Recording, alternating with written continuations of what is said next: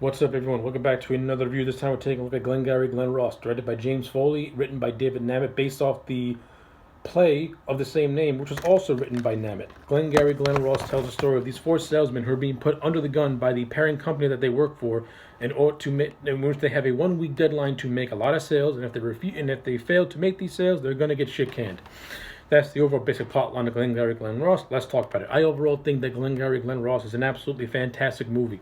Now, you would think a movie like this would be very, very boring and uninteresting, but no. This movie is anything but boring and uninteresting. This is a quick-witted, snappy, fast-paced movie, and it's built upon an all-star ensemble cast that includes Al Pacino, Jack Lemmon, Alec Baldwin, Ed Harris, Alan Arkin, and Kevin Spacey.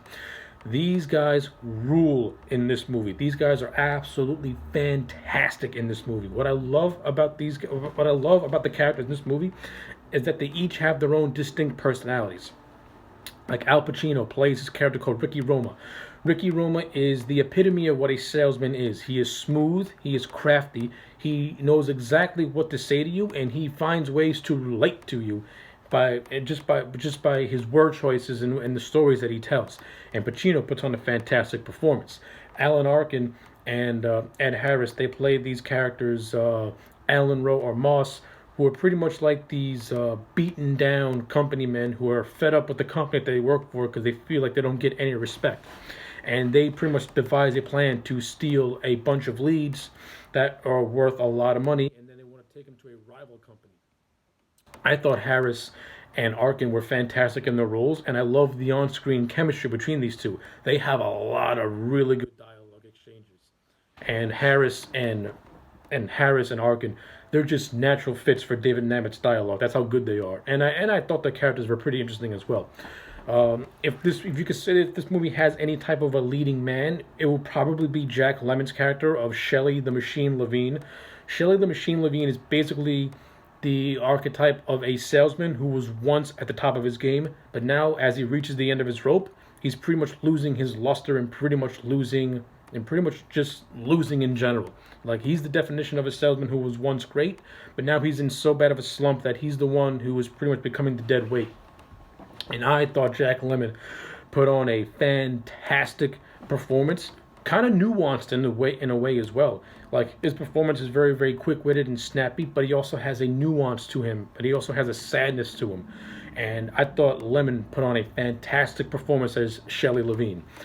Kevin Spacey plays pretty much the boss of the office, and I thought Spacey did a fantastic job in this movie as well. He has a lot of memorable scenes.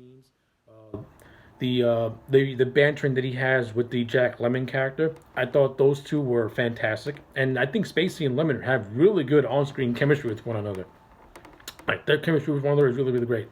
The scene where the Roma character pretty much chews out the Spacey character is a memorable classic scene where he calls him a stupid fucking cunt. Great, it's a great monologue by Pacino, and Spacey and Pacino sell that scene perfectly. Like, I mean, I cannot praise this cast enough. Like, everyone in this movie was putting on their A game.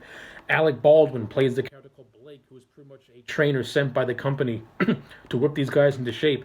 And Alec Baldwin's opening monologue of this movie is utterly fantastic, and the tension that develops between the Blake character and the Moss character, which is something that I thought this movie was going to expand upon, but we really don't see Alec Baldwin after his scene, which I thought was kind of a downer, because I would have liked to have seen Baldwin more in this movie, because in that pretty much that entire 5 minutes he was in it, he ruled it and commanded it.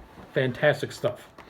Another thing that I would have liked to have seen was that, so pretty much, someone broke into the office and stole the Glengarry leads. It's eventually revealed to be Shelley who stole those leads, but I would have liked to have seen, a little bit of scenes of the men being interrogated by the sole cop, because every time someone is done being interviewed by this man, they always berate him and put him down as being this guy wouldn't know his ass from his elbow type sort of thing.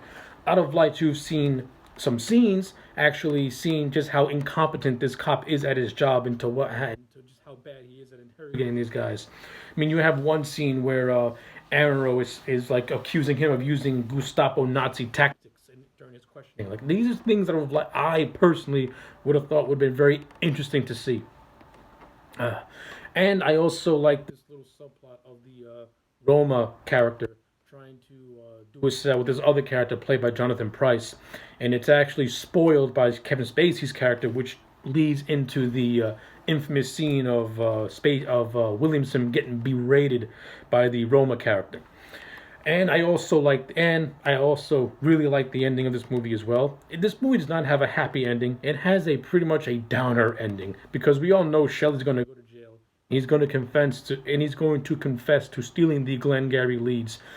And Shelley's little wave of momentum that he had is actually revealed to be a bust, since the people that he made the sales to are pretty much nut jobs that like talking to and toying with salesmen. And that just adds to the tragedy of Sally the Machine Levine, kind of similar to Death of a Salesman, Willie Loman in a way. So, yeah, I think Glengarry Glen Ross is an excellent dramatic movie backed by a powerhouse cast with excellent writing by David Mamet. This movie to me gets a solid 9 out of 10. If you have not seen Glengarry Glen Ross, highly recommend you give it a watch. Anyway, I'm AJ Legend. Those are my thoughts, and I'll check you back next time for more.